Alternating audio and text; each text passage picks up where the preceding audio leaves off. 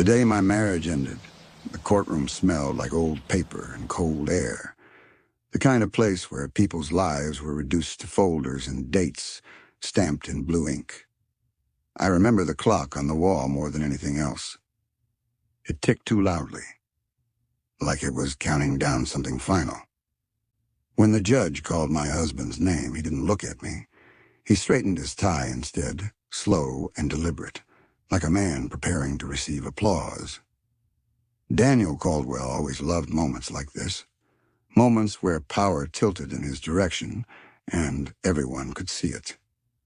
Mr. Caldwell will retain full ownership of the marital home, the two vehicles, all joint savings accounts, and controlling interest in Caldwell Solutions, LLC. The words landed one after another, clean and sharp. House, cars, savings, business. Each one felt like something being peeled off me while I stood there alive. I kept my face still. That had become a skill over the years. My lawyer shifted beside me, uncomfortable. He had tried to convince me to fight harder. He had whispered things like, "Unfair appeal. We can still contest this." But I had shaken my head. Daniel noticed that. He always noticed when I stopped resisting. The judge asked if either party had objections. Daniel's lawyer smiled politely. I said nothing. "Very well," the judge concluded. "This court finds a settlement equitable. Case dismissed." The gavel struck. Just like that, 10 years of my life were over. Daniel finally turned to look at me. His eyes held satisfaction, not relief. Relief would have meant he still cared. This was something else. This was victory. As we walked out of the courtroom, heels clicking against tile, he leaned in close enough that only I could hear him. "You should have known better than to challenge me," he said softly. "You were never built for this." I looked up at him, and I smiled. It wasn't a big smile. It didn't reach my eyes, but it was enough to make his confidence flicker for half a second. That flicker was everything. Because what Daniel didn't know, what no one in that courtroom knew, was that the moment he took everything from me, or the moment he sealed his own ending. If this story is touching something deep in you, subscribe for more powerful stories like this. I met Daniel when I was 24 and foolish enough to believe that being chosen meant being safe. He was already successful then. Not rich, but polished. The kind of man who wore ambition like a tailored jacket. He spoke calmly, confidently, and people listened, including me. We met at a networking dinner I didn't even want to attend. I remember thinking he looked bored, scanning the room like he was calculating who was worth his time. When he spoke to me, he smiled like he had already decided something. "You don't belong in a room like this," he said. I should have been offended. Instead, I laughed. "What does that mean?" "It means," he replied, "you're smarter than the people trying to impress everyone." That sentence followed me for years. I repeated it to myself whenever I doubted him, whenever something felt wrong. Daniel didn't raise his voice. He didn't throw things he didn't need to. He controlled with patience. At first, it felt like protection. "I'll handle the finances," he said when we moved in together. "You shouldn't have to worry about that." "I'll put the business paperwork in my name for now," he said, when I came up with the idea that would later become his company. "It's simpler." "You're emotional," he said gently whenever I questioned a decision. "That's not a bad thing. Someone has to balance me." Slowly, my opinions became suggestions. My suggestions became silence. By the time we married, I had already learned the shape of shrinking. The night he proposed, I cried. Not because I was overwhelmed with joy, though I told myself that was why, but because something in me felt like it was stepping into a room that would lock behind it. I ignored that feeling. I was good at ignoring myself. The business was born in our second year of marriage, Caldwell Solutions. A consulting firm built on an idea I scribbled on a napkin at 2 a.m. after my third cup of coffee. Daniel had been asleep on the couch, television still on, when I shook him awake and told him everything. He listened, really listened. For a moment, his eyes lit up the way they used to when we first met. That should have been my warning, too.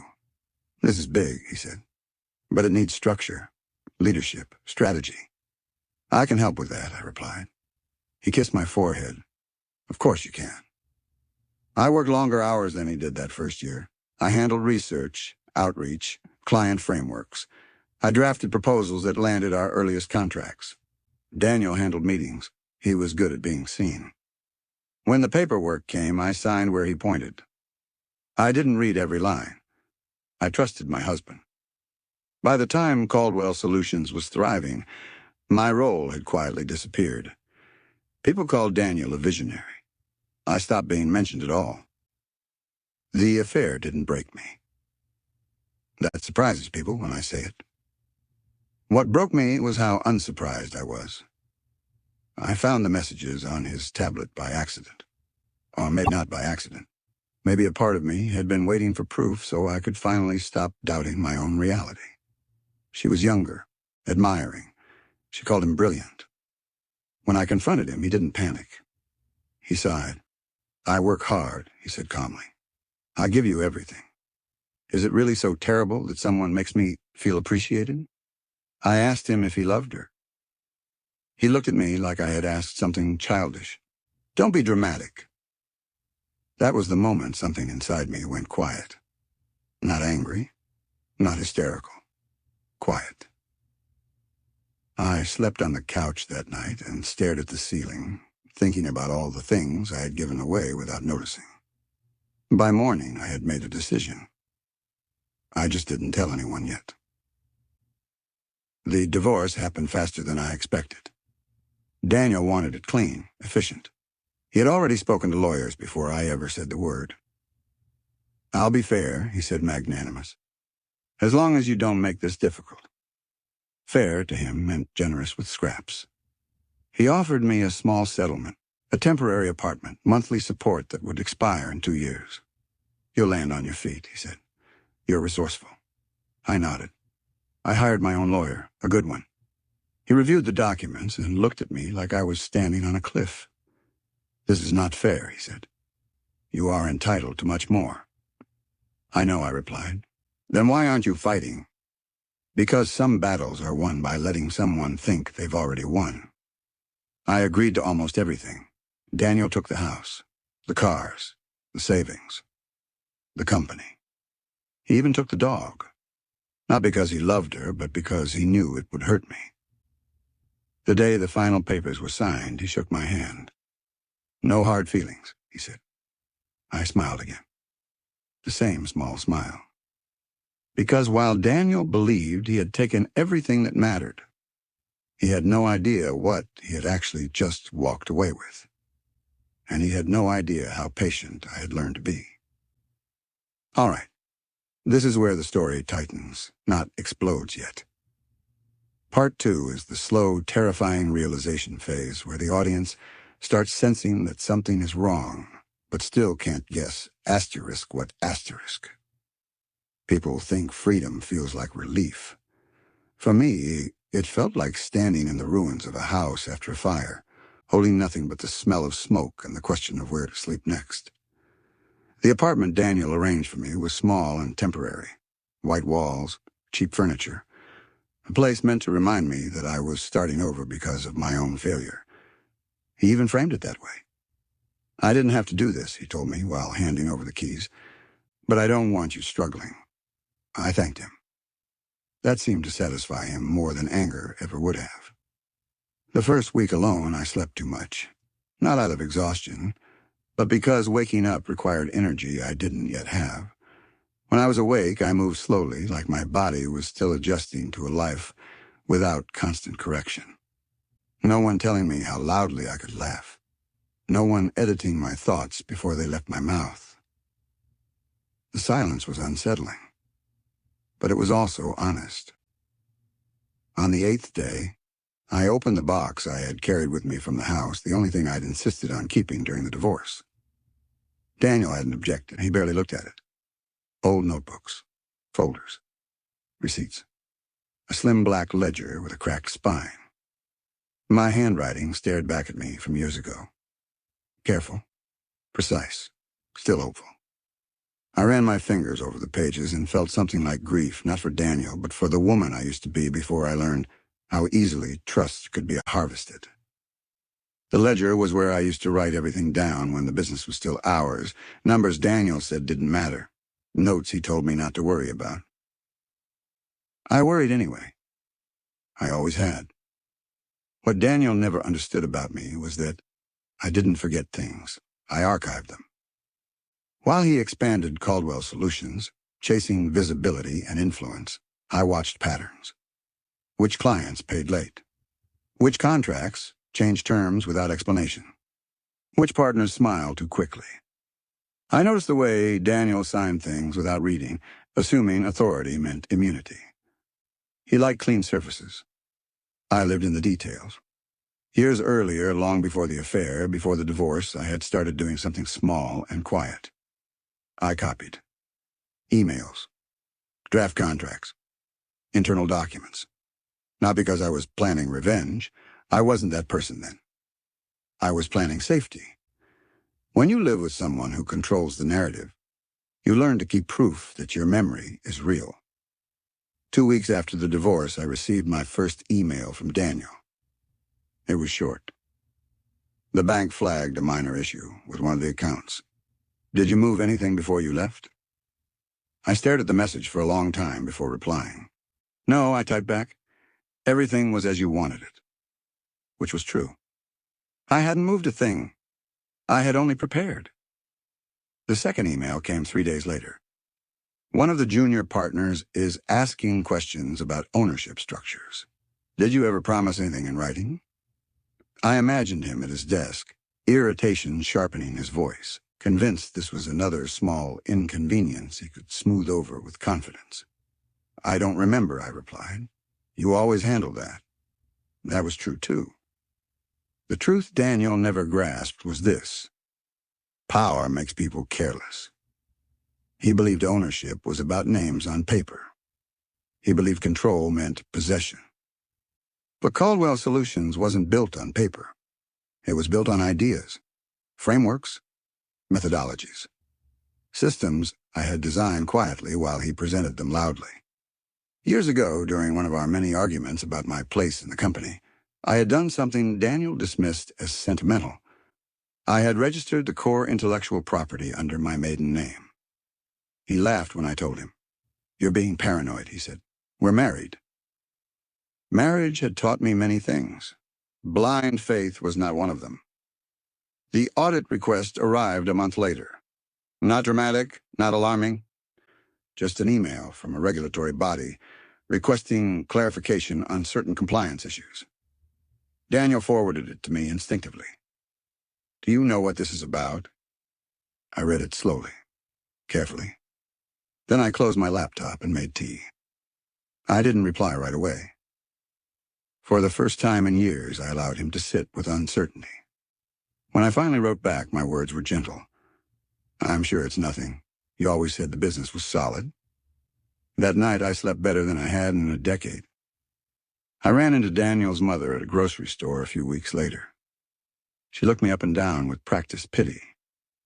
It's such a shame, she said, after everything he did for you. I nodded politely.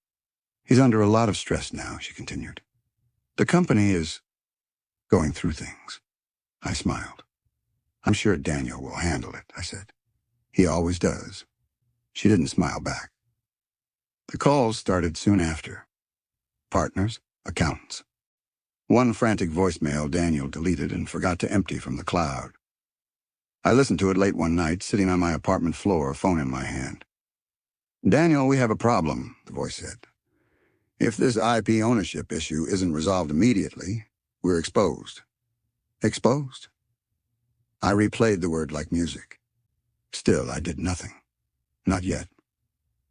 Because the most dangerous thing you can do to a man who believes he has taken everything from you is let him realize slowly that something essential is missing. Daniel stopped emailing me after the third unanswered message. That alone told me more than any confession ever could. Daniel did not like silence. He filled it with meetings, calls, decisions. Silence meant a lack of control, and control was the air he breathed. When the silence lingered, it meant he was running out of places to hide. I heard about the emergency board meeting from someone else. A former colleague called me late one evening, voice lowered like we were discussing a crime. "They're asking questions you used to ask," she said. "The ones he always brushed off." I closed my eyes. Questions were dangerous things when they showed up too late. According to her, the meeting had been tense. No speeches, no charm, just documents, sliding across a table and people realizing they didn't understand what they had signed. Daniel tried to reassure them. He always did. He spoke about vision, growth, temporary setbacks. But this time someone interrupted him. "Who actually owns the frameworks we're selling?" a partner asked. Daniel laughed. "I do," he said. "Obviously. On paper," the partner replied. "Yes. But legally?" That was when the room changed. The first freeze hit the accounts the following Monday. Daniel found out the same way I did, by trying to pay for something and being told to wait. Except his something was payroll. I imagined him standing there, phone pressed to his ear, jaw tight, realizing for the first time that confidence didn't move numbers. He called me that night. I watched my phone ring until it stopped. Then it rang again. Then again. On the fourth call, I answered. "Why didn't you tell me?" he demanded, skipping greeting and pretense. "Tell you what," I asked calmly. "That you registered the intellectual property in your name." I leaned back against the kitchen counter and let the words settle. "I did tell you," I said. "You said I was paranoid." There was silence on the other end, the kind that hums with disbelief. "You did this on purpose," he finally said. "No," I replied. "I did this because I built it." "You don't get to rewrite history," he snapped. I smiled. History had already been written. He just hadn't bothered to read it. The investigation moved quickly after that. Too quickly for Daniel to manage. Compliance officers requested records. Partners demanded explanations. Clients paused contracts. Every delay bled money. Every unanswered question eroded trust. Daniel tried to shift blame. He said I had been difficult, emotional, unstable. That narrative used to work. It didn't anymore. People had paperwork now. And paperwork doesn't care how convincing you sound. He showed up at my apartment unannounced 2 weeks later. I saw his car through the window before he knocked. He looked different when I opened the door. Smaller. Not physically, but something about him had folded inward. His shoulders were tense, his eyes restless. "You need to fix this," he said without preamble. I stepped aside and let him in. He paced my living room like it was a courtroom he hadn't prepared for. "This mess," he continued, "it's spiraling. Investors are nervous, partners are panicking." "And you want me to do what?" I asked. "You can transfer the rights back," he said. "Quietly. We can put this behind us." I studied his face. For the first time in years, Daniel was asking, not telling.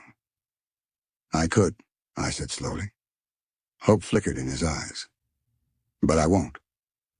The hope died quickly. "You're doing this out of spite," he said. I shook my head. "I'm doing this out of accuracy." He laughed, sharp and humorless. "You wouldn't survive without what I built." That was when I finally said it. "You mean what I built," I corrected. "And you took." The words landed harder than I expected. He stared at me like he was seeing a stranger. "You think you've won," he said quietly. "I don't think about winning," I replied. "I think about being done." The lawsuit was filed 3 days later. Not by me. By a former partner who discovered he had invested in something Daniel didn't fully own. Others followed. Each one peeled another layer off the image Daniel had spent years polishing. News travels fast in professional circles. So does fear. Caldwell Solutions stopped being a success story. It became a cautionary tale. I heard Daniel had moved out of the house. Too expensive now. The cars were listed for sale. The dog went to his sister. Loss comes in stages, I realized. And denial is always the longest one. Daniel texted me one last time that month. "You never loved me." I stared at the message, then typed back the truth. "I loved the version of you that didn't exist." He didn't reply. By the time the foreclosure notice arrived, Daniel was already gone. The company offices emptied quietly, desks cleared without ceremony. What remained was paperwork, debt, consequences. And a man who finally understood that taking everything from someone doesn't mean you know what you're holding. By the time the lawsuit slowed, Daniel looked like a man who had already buried something important and hadn't figured out what yet. The worst part wasn't the money, though. There was less of it every day. It was the uncertainty. Daniel had always lived ahead of consequences. Now he lived inside them. From what I heard, he moved into a rented condo on the edge of the city. Smaller, cheaper. Temporary in the way my apartment once was. He told people he was taking time to recalibrate. What he really meant was he was running out of places to land. The remaining partners at Caldwell Solutions proposed a settlement. Strip the company down. Sell what could be sold. Salvage what reputation remained. Daniel agreed. He thought surrendering would stop the bleeding. It rarely does. I received a letter from his lawyer one morning, thin and carefully worded. They wanted mediation. Not reconciliation, not forgiveness. Resolution. I expected to feel something when I read it. Triumph, satisfaction, even anger. Instead, I felt tired. Still, I agreed. Not because he deserved it, but because I did. The mediation room was smaller than the courtroom had been. Neutral colors, neutral faces. Daniel sat across from me, hands folded tightly together. His suit was expensive but worn. The fabric at the elbows had thinned. I wondered how long it had been since he bought something new. The mediator spoke in practiced tones, outlining options, percentages, timelines. Daniel barely listened. He watched me. Finally, when it was his turn, he leaned forward. "I know I hurt you," he said, "but this has gone far enough." I met his gaze. "You didn't hurt me," I said. "You erased me." His jaw tightened. "I built that company," he insisted. "You just helped." That lie had kept him warm for years. It wouldn't save him now. "I gave you the foundation," I replied. "You put your name on it." Silence fell between us. The mediator cleared his throat.